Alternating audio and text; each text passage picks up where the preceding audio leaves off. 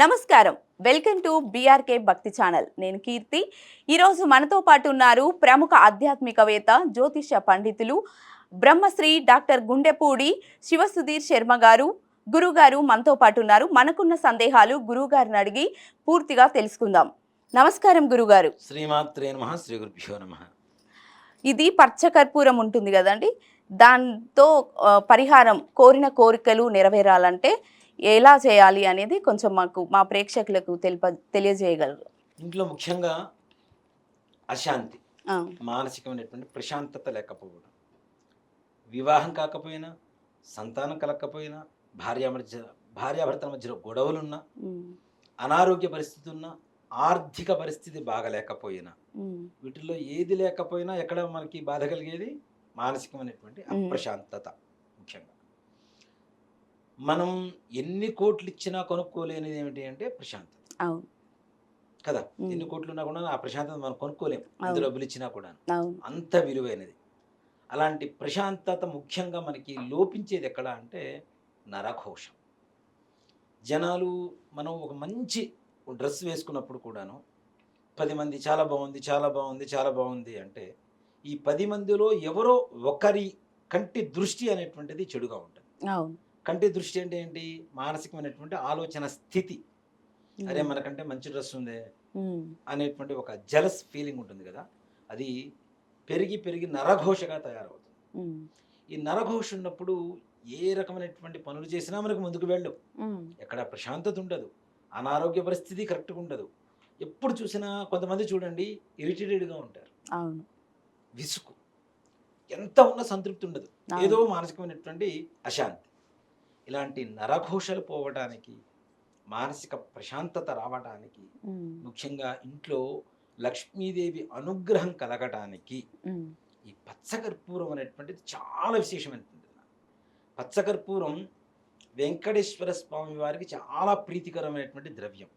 అందుకనే స్వామివారి నామం ఉంటుంది కదా, తిరునామం అంటారు. ఆ తిరునామాన్ని కూడా పచ్చకర్పూరంతోనే తయారు చేస్తారు. అంత ప్రీతికరం. అంటే లక్ష్మీదేవి నివాస స్థలమే ఈ పచ్చకర్పూరం అనేటువంటి ఒక వస్తువు. సుగంధ ద్రవ్యాలు ఏవైతే ఉంటాయో వాటిలో అన్నింటిలో కూడాను లక్ష్మీదేవి నివాసం ఉంటుంది. కొన్ని మనం ఇంట్లో వాడుతుంటాం కదా ఎక్కువగా, పసుపు, కుంకుమ, గంధం, అలాగే విభూది, దాంతోపాటుగా యాలుకలు, లవంగాలు, జాజికాయ, జాపత్రి, ఇవన్నీ కూడా పచ్చకర్పూరం, కస్తూరి, జవ్వాదు, ఇట్లాంటి వాటిల్లో మంగళ ద్రవ్యం అంటాం వీటిని. మంగళ ద్రవ్యాలు, మంగళము అంటేనే శుభం కదా. మంగళ ద్రవ్యాలలో లక్ష్మీదేవి నివాసం ఉంటుంది. కాబట్టి ఈ పచ్చకర్పూరం అమ్మవారికి చాలా ప్రీతికరమైనది. లక్ష్మీపతి అయినటువంటి విష్ణుమూర్తి కూడా చాలా ప్రీతికరమైనటువంటి. కాబట్టి ఈ పచ్చకర్పూరాన్ని ఎలా ఇంట్లో వాడితే మనకి మానసిక ప్రశాంతత దొరుకుతుంది ముఖ్యంగా అనేటువంటి విషయానికి వస్తే, మానసిక ప్రశాంతత ఉండాలి అంటే పచ్చకర్పూరం ఇవన్నీ పరిహారాలు బాగానే ఉంటాయి, కానీ ఇంటి నిండా చెత్త పెట్టుకొని కొంతమంది నివాసిస్తుంటారు. చిరిగిపోయినటువంటి దుప్పట్లు, వస్త్రాలు, న్యూస్ పేపర్ ముఖ్యంగా కొనేటప్పుడు 3 రూపాయలు, అమ్మితేనేమో 10 పైసలు.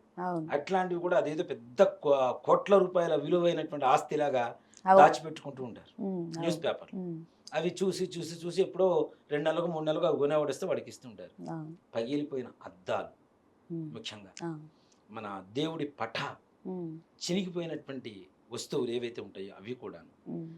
అలాగే చీపులు వాడుతుంటారు నాన్న కొంతమంది, అవి చివరికి వంగి వంగి వంగి వాడికి బ్యాక్ పెయిన్ వచ్చేంత, చివరి దశకు వచ్చేంత వరకు వాడుతూనే ఉంటారు. ఇవన్నీ కూడాను ఇంట్లో అమంగళాలుగా చెప్పబడుతూ ఉంది. ముఖ్యంగా ఇవన్నీ ఉన్నప్పుడు ఎన్ని పరిహారాలు చేసినా ఏముంది? ఇప్పుడు కొత్త బట్టలు కొనుక్కొచ్చుకుంటాను, మంచి బ్రాండెడ్, 10,000 రూపాయలు పెట్టి బ్రాండెడ్ డ్రెస్ తెచ్చుకుంటాం. స్నానం చేయకుండా డ్రెస్ వేసుకుంటే ఎలా ఉంటుంది? బాగుండదు, ఉండదు కదా. ఆనందం అయితే మన మనసులో కలగదు కదా. అలాగే ఇంట్లో ఉండేటువంటి ఏవైతే అమంగళకరమైనటువంటి వస్తువులు ఉంటాయో వీటిని బయటపడేయాలి ఫస్ట్. ముందు ఇంట్లో ప్రతి మూల కూడాను. ఇప్పుడు మనకేంటి, మన హిందూ ధర్మం ప్రకారం అష్టదిక్పాలకులు అని చెప్పి 8 మంది దిక్పాలకులు ఉంటారు. తూర్పు, ఆగ్నేయం, దక్షిణం, నైరుతి, తర్వాత పశ్చిమం, వాయువ్యం, ఉత్తరం, ఈశాన్యం. ఈ 8 దిక్కుల్లో 8 మంది దేవతలు ఉంటున్నారు. 8 మంది దేవతలు ఉండేటువంటి స్థానాల్లో పనికిరానన్ని వస్తువులన్నీ వాటి మీద వేస్తూ ఉంటే ఒక్కొక్క దిక్పాలకులు మన ఇంటిని కాపాడేటువంటి వాళ్ళు, మనకు కావలసినటువంటి వరాలు ఇచ్చేటువంటి వాళ్ళు. వాళ్ళ మొహాన్ని ఇట్లాంటివన్నీ పడేస్తుంటే వాళ్ళు శాంతంగా ఉంటారా, ఉండదు. మనకు అనుగ్రహిస్తారా? ఆహా. లేదు కదా. కాబట్టి ఇలాంటి చెత్త మొత్తం ఇంట్లోంచి తీసి బయటపడేయటం ఒకటి. ప్రతినిత్యం ఇంటిని శుభ్రంగా ఉంచుకోవడం, ఉమ్, ఇంటి ముందు ముగ్గు వేసుకోవడం. ఉమ్. అవకాశం ఉంటే పూర్వకాలం నుండి ఆవు పేడ తీసుకొచ్చి చక్కగా కలాపు చల్లేవాళ్ళు. అవును. ఇప్పుడు ఆ పరిస్థితులు లేవు. లేవు. కనీసం ఇంట్లో గోమూత్రం తెచ్చుకొని, ఉమ్, పూజా స్టోర్స్ దొరికేవి కూడా కాదు, ఉమ్, మనకి చక్కగా గోశాలలు ఉన్నాయి. ఇప్పుడు ఇంకా అభివృద్ధి చెందుతున్నాయి గోశాలలు. ఉమ్, ఇళ్లలో కూడా కొంతమంది పెంచుకుంటున్నారు కాబట్టి చక్కగా గోవు దగ్గర తీసుకుని వెళ్ళి ఆ గోమూత్రం తెచ్చుకొని ఉమ్, ఇల్లు మొత్తం చిమ్మిన తర్వాత, తుడుచుకున్న తర్వాత చక్కగా గోమూత్రం ఒక పుష్పంతోనో ఒక తమలపాకుతోనో మామూలు నీళ్ళల్లో ఒక 4 చుక్కలు వేయండి. ఉమ్, చక్కగా మొత్తం ఇంట్లో మొత్తం చల్లండి. ఇంట్లో ఉండే నెగిటివ్ మొత్తం వెళ్ళిపోతుంది. ఉమ్. మన మైండ్ కూడా చాలా పాజిటివ్గా తయారవుతుంది. ఓకే. అంటే ఈ పని అనుకుంటే అవ్వదు అనుకునేటువంటి పరిస్థితి ఎక్కడ కూడా మానసికమైనటువంటి ఇది ఉండదు. ఇది ఉండదు. దృఢంగా ఉంటారు, స్ట్రాంగ్, పాజిటివ్ ఎనర్జీ చాలా వస్తుంది. పాజిటివ్ ఎనర్జీ వస్తుంది. తప్పనిసరిగా మనం చేయగలుగుతాం, వెళ్దాం, చేద్దాం అనే కాన్ఫిడెన్స్. ఒక ప్రయత్నాన్ని కూడా ముందుకు వెళ్ళడానికి అవకాశం ఉంటుంది.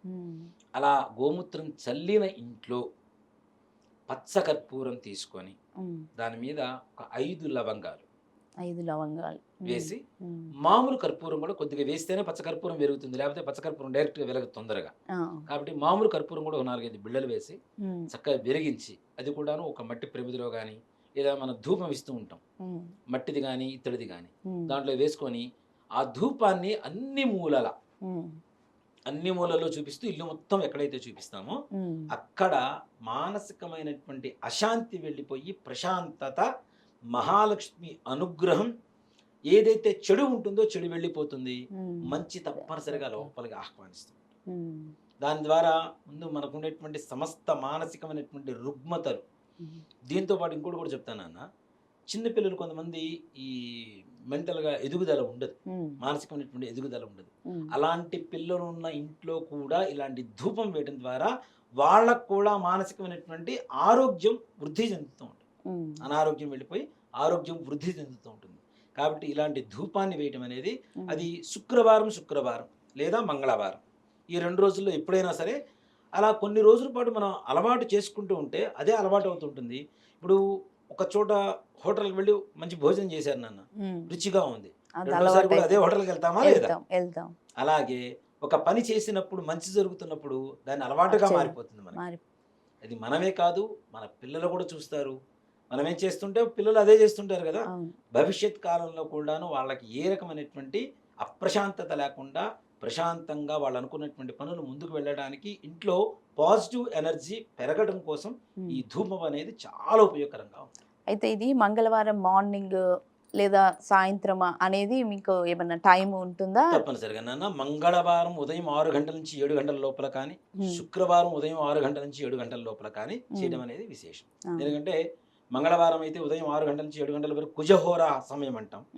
దాని ద్వారా ఆర్థిక సమస్యలన్నీ కూడా తొలగిపోతాయి చాలా వరకు.